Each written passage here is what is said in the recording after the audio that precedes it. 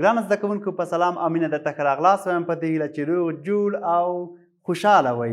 ګرانو زده کوونکو هیله لرم چې خپل کتابونه مو خلاص کړئ، کتابچې مو وباسئ، پنسل مو په لاس کې او خپل کتابونو ته متوجه اوسئ. سمه ده. مخکې له دې چې نوی درس شروع وکړم، یعنې د علم زده کړه دوهمه برخه دی، دغه لوست او پنځم و شپږم مخ دی. سمه ده. کتابونه مو خلاص کړئ. آفرین. ښه، مخکې له دې چې نوي درس ته ورشم، لومړی غواړم چې د تېر درس لنډې لنډې پوښتنې وکړم. په تېر درس کې موږ چې وویل؟ آفرین. د چې د ارزښت په اړه مو خبرې وکړې.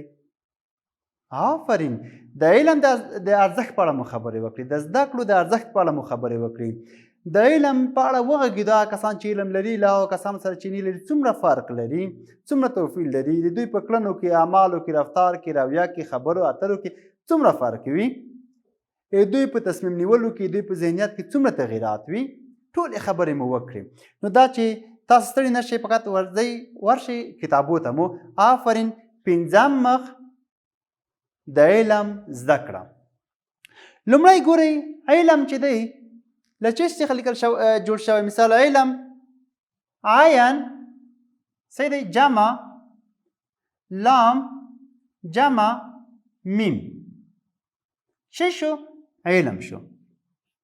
یا عین که داسې لیکئ، عین جمع لام جمع میم، دغه یې د لیکلو ډول دی. چې دی؟ علم دی. د علم زده کړه یعنې د علم زده کول چې موږ تاسو علم باید څه ډول زده کړو؟ آیا د علم زده کړه تر کوم حده پورې، تر څه وخته پورې باید وي؟ آیا فقط همدغسې وي چې موږ تاسو مکتب ته لاړ شو، خپل کتابونه وباسو، وی وایو، بېرته چې راشو کور ته هلته یې وغورځوو، همدومره وي؟ نه. علم یوازې د مکتب په کتابونو کې هم نه زده کېږي. ګورئ، هغه خو به وایو، تر څنګ ورسره به ډېر اضافي شیان ووایو. موږ تاسو باید داسې نه وو چې علم ته فقط لاړ شو، مکتب ته لاړ شو، په خپل ټاکلي وخت باندې حاضري ورکړو، شروع کېږي چې درس، وروسته چې کله رخصت شي بېرته راشو. دومره هم بس نه دی. ګورئ، نو څنګه وي؟ نو موږ تاسو باید ډېر شیان زده کړو. کله مو چې ډېر شیان زده کړو، نو څنګه موږ تاسو باید په خپل کور کې د مکتب درسونه مو چې ویلي هغه خو به ووایو، کورنۍ دندې خو به وکړو. نور اضافي کتابونه باید وګورو. ګورئ، هغه کتابونه چې موږ تاسو د ژوند لپاره ډېر په درس کړي هغه باید ووایو. دا یعنې د علم زده کړې سرحد نه دی معلوم، چې د علم د زده کړې سرحد تر کوم ځای پورې دی. آیا زه تنها مکتب نه فارغ شم نور به مطالعه نه کوم؟ آیا زه تنها پوهنتون ووایم نور بل خوا ته درس نه وایم؟ آیا زه به ماستري واخلم نور بل خوا ته مطالعه نه کوم؟ آیا زه چې دکترا واخلم نور به بیخي کتاب ته مخ نه اړوم؟ تر دومره پورې نه. تر څه وخته پورې؟ د علم زده کړه تر مرګ پورې. ځکه هغه څوک چې پوه مړ شي له هغو چا نه ډېر بهتر دی چې ناپوه وي. یعنې د یوې موضوع په اړه که موږ تاسو پوهېږو، دا به ډېر بهتره وي له هغو کسه چې هغه نه پوهېږي. نو ځکه د علم چې دی تاسو کتاب کې چې راوړی دی همدومره مهمه خبر هم ده. سمه ده. د ارزښت په اړه یې په ورځ هم غږېدلي یو. نو تاسو مو کتابو ته ګورئ. پنځم لوست د علم زده کړه. د دغه درس چې موږ تاسو وایو هغه موخه څه ده، هدف څه دی؟ ګورئ، یو خو د علم د ارزښت په اړه باندې مکمله خبرې وکړي په ورځ. دلته کتاب کې لیکلي، تاسو ورته ګورئ. موخه د متن لوستل، یعنې دغه متن چې دی دا به ډېر ښه وایو، په ډېره ښه طریقه به یې وایو. سمه ده. وروسته لیکل، چې کله لاړ شو نو موږ تاسو په خپله کتابچه باسو، ډېر ښه به یې لیکو، ښه منظم به یې لیکو. که چیرې موږ تاسو اوس ګوتې ډېرې ښې ورباندې ماته شوې، ډېرې ښې ورسره عادت شوې، نو تر آخره پورې به ډېر ښه لیکل کولی شو موږ تاسو. سمه ده. د علم او پوهې د زده کړې په ارزښت زده کوونکو ته معلومات ورکول، چې موږ تاسو په تېره برخه کې معلومات راکړه، اوس مو هم خبرې ورباندې وکړې، او تاسو به دغه معلومات تر نورو پورې هم رسوئ، نورو همزولو ته به یې هم وایئ. سمه ده. نو تاسو راشئ درس ته مو. کتاب ته ګورئ. اول خط پنځم مخ. یو سپین ږیری سړی د مرګ په حال په بستره کې پروت و. ډېر سپین ږیری و، ډېر سخت ناروغ و، د مرګ په حال کې پروت و. صحیح ده. یوه ورځ د ده یو هوښیار او عالم ملګری د ده پوښتنې ته ورغی. نو د ناروغ پوښتنه خو ډېر ثواب لري. نو څوک چې ناروغ وي نو موږ تاسو باید د هغوی پوښتنه وکړو. پرته له دې چې هغه ووایي چې ولا پلانکی خو ښه شو ما پوښتنې ته راغی خیر دی سي نه. اصلا موږ تاسو باید د هغه خپل ایماني وجداني مسؤلیت وبولو. کله چې څوک ناروغ وي د هغوی پوښتنه وکړو ځکه ډېر ثواب لري ناروغ پوښتنه. نو دلته د څوک چې ناروغ د هغوی پوښتنې ته یو ملګری راغلی یوه ورځ. ناروغ سړي خپل ملګري ته وویل هغه څوک چې ناروغ و هغوی خپل انډیوال ته ویلي دي خپل دوست ته یې ویلي خپل ملګري ته یې ویلي دي څه یې ورته ویلي دي. اوس موږ تاسو راځو د هغې علمي موضوع په اړه چې ما له تا څخه کوم معلومات غوښتي وو. ګورئ یو څوک دی مثال زه یم یو بل ملګری مې ناروغ دی خدای ناخواسته د هغو پوښتنې ته ورغلی یم خو هغوی د ما د یوه شي په اړه معلومات مخکې غوښتي وو.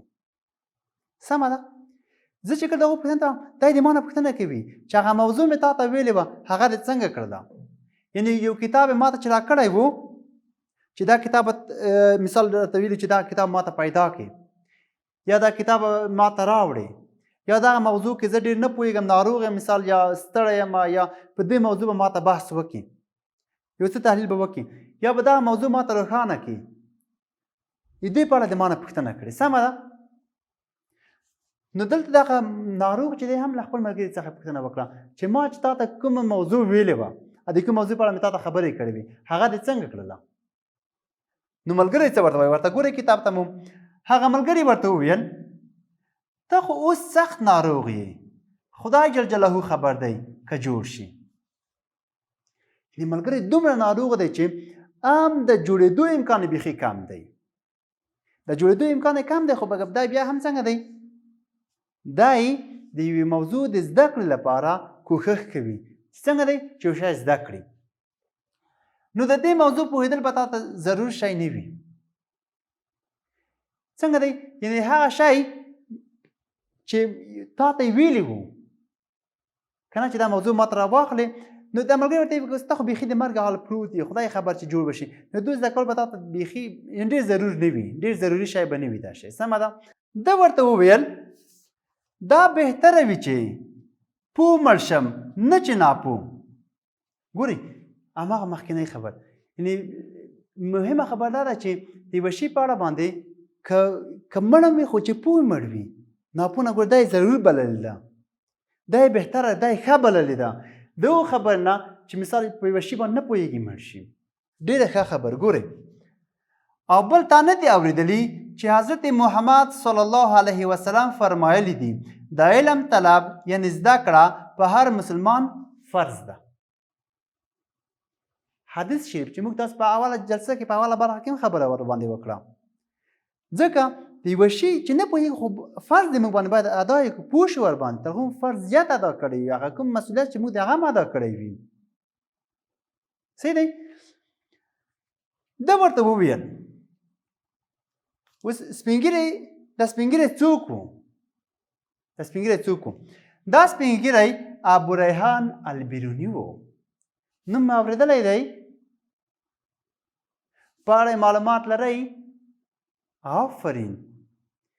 ابوریحان البیروني څوک وګورئ څه ډول شخصیت تیر شوی څه ډول عالم تیر شوی دی څومره کار یې کړی څومره کتابونه دې لیکل څومره فکر یې کړی چې د دې فکر د انګیزې نه اوس خلک نوی فکر نوې انګیزه اخلي. دغه کس وګورئ دا خبرې د دې ابوریحان البیروني خبرې دي چې هغه څوک چې پوه مړ شي له هغه چا نه بهتر دی چې په یوه شي باندې نه پوهېږي. دا د هغو خبرې دي. ګورئ هغه څه ډول شخصیت څومره کار یې کړی وو څومره کتابونه لیکلي وو څومره تعلیمات یې کړي وو څومره نوي نوي فکرونه یې تر خلکو رسولي وو خو مګم ده بیا هم د مرګ په حال کې چې پروت و ده بیا هم څنګه کول ده بیا هم د یوه شي د زده کړې یا د طلب غوښتنه کوله. صحیح دی. کتاب ته مو ګورئ ابوریحان البیروني چې ډېر علمي اثار له ده څخه راپاتې دي او نومونه یې دا دي هغه کتابونه چې له ده څخه راپاتې نومونه یې تاسو کتاب کې راغلي دي ډېر به ځکه نه تشریح کوو چې تاسو سره په تنګ نه شئ وخت مو ډېر ونه نیسي. لنډن درته وایم د ستورو پیژندل. د ستورو پیژندل. ستوري خو پیژنئ. آفرین. ستوري خو به خود پیژنئ که نه؟ آفرین. ښه، د ستورو پیژندل یو اثر دی. آثار یعنې کتابونه یې. طبابت دی. طب خو پیژنئ. بلکل یې پیژنئ. ریاضیات دي چې موږ تاسې اوس هم کاروو. ټول ژوند مو له ریاضي سره مخ دی. که چا سره حساب کتاب کوو، که چا سره مثال که ورځې شمیرو، که میاشتې شمیرو، که اونۍ شمیرو، که مثال د خپل ژوند نور هغه ضروري کارونه کوو، ټول مثال له ریاضي سره مخ دی. تاریخ دی چې موږ تاسو ته د تېرو وختو کړه ټول را یادوي. ورپسې جغرافیه ده. په دې اړه باندې ګورئ، دا آثار دي، د ابوریحان البیروني آثار دي. د درمل پیژندل، د ملتونو ادب او دودونه چې اوس هم د نړۍ په زیاتو برخو کې ورڅخه خلک ګټه اخلي. ګورئ، یعنې موږ تاسو دغه درس چې ولوستو، د داسې یو چا کیسه پکې راغلې ده چې د هغو له آثارو، فکرونو او د ده له تألیف څخه، د ده له تخلیق څخه ټوله نړۍ ګټه اخلي. سمه ده؟ ښه، دا نومیالی پوه د ژوند تر پای پورې د پوهې په زده کړه بوخت و. چې غوټې پسې وهې په لاس به درشي، چا ویل چې په دریاب کې ګوهر نشته. که چیرې موږ تاسو زحمت وباسو، نو موږ تاسو به هم یو وخت ابوریحان البیروني وو.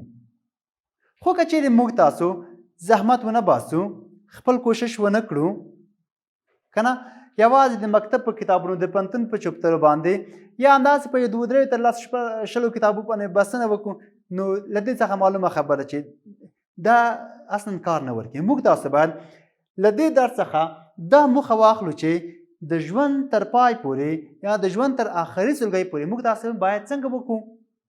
زده کړه وکړو، تعلیم وکړو، د یو نوي شی باید لاسته راوړو، په یوه نوي شي باندې پوه شو. ځکه موږ تاسو باید له خپل ژوند څخه داسې استفاده وکړو چې هم مو له هغې دنیا لپاره او هم مو بیرته دې دنیا ته د راتلونکي نسل لپاره یوه نیکه ثمره درلودلې وي. که چیرې موږ تاسو علم ونه کړو، مړه به شو. خو که چیرې یو عالم مړ شي، که چیرې یو بېسواده مثال مړ شي، تنها دی مړ شو. که چیرې یو عالم مړ شي، د ده سره ډېر خلک نور مړه کېږي، ځکه د ده د اثار څخه ډېر خلک استفاده کوي، ډېر شی زده کوي. نو ښه به دا وي چې موږ تاسو څنګه وکړو؟ همیشه درس ووایو، کوشش وکړو، مطالعه وکړو، د لویانو نصیحت واورو، د هغو خبرې عملي کړو، هغه خبرې وګورو چې مثال څه ډول خبرې موږ ته کړي دي. نو د دې ټولو څخه باید موږ استفاده وکړو. نو ګرانو زده کوونکو، زموږ تاسو د نن ورځې درس دغه برخه همدومره و. تر بیا پورې چې تاسو مخکې له دې چې خدای پاماني درسره وکړم، مخکښه وکړم، نو تاسو د درس کورنۍ دنده د دغه درس لیکل مو کورنۍ دنده دي. او یا هم بل داسې څه چې تاسو د مطالعې دپاره ډېر تشویقوي، د هغه به لیکئ. او کوم ډول چې تاسو خپله مطالعه کولی شئ، هغه مطالعې میتود مو له نورو سره هم، له نورو زده کوونکو سره شریک کړئ، تر څو هغه هم ستاسو له زده کړې، ستاسو له میتود څخه، ستاسو له مطالعې څخه استفاده وکړي. تر بیا پورې د خدای په امان، ښې چارې.